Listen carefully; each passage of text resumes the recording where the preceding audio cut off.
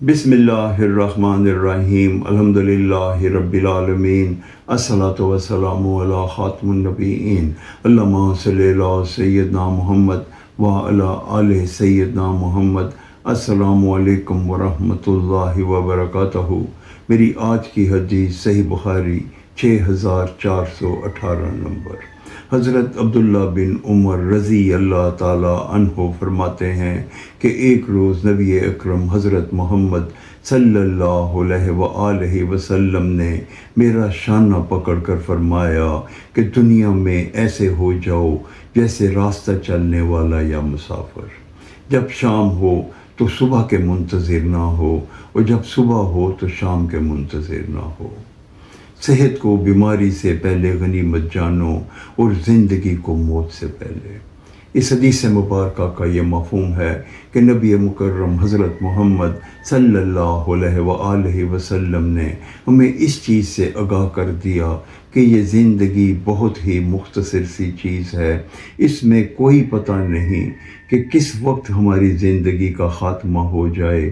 ہمیں اس زندگی کو ایسے گزارنا چاہیے جو کوئی مسافر ایک جگہ سے چل کے اب دوسری جگہ پر اپنی منزل پہ پہنچ کے سفر کو ختم کر دیتا ہے۔ اور ہمیں شام کے وقت یہ بھی نہیں سوچنا چاہیے کہ صبح ہوگی، اور صبح کے وقت ہمیں اس چیز کا بھی اندازہ نہیں کہ کیا ہم شام کو بھی دیکھ سکیں گے۔ جب اللہ تعالیٰ ہمیں اس چھوٹی سی زندگی میں صحت دے تو ہمیں اس کو غنیمت جاننا چاہیے، اور ہمیں اللہ اور اس کے رسول کے بتائے ہوئے راستوں پہ چلنا چاہیے۔ ہمیں آتی اللہ اور آتی الرسول کے اصولوں پہ عمل کرنا چاہیے، اور اس سے پہلے کہ ہم بیمار ہوں، جب ہم صحت مند ہیں تو ہمیں صحت کا بھرپور فائدہ اٹھانا چاہیے، اور اپنے رب کی عبادت کرنی چاہیے، اپنے رب کے بتائے ہوئے راستوں پہ چلنا چاہیے جیسا کہ میں نے بتایا۔ اور جب ہم زندہ ہیں تو ہمیں موت سے پہلے اپنی زندگی میں اچھے کام کر لینے چاہیے تاکہ ہم آخرت میں فلاح پائیں اور زندگی میں بھی کامیاب ہوں۔ اللہ تعالی ہمیں ایسا کرنے کی توفیق عطا فرمائے، آمین یا رب العالمین۔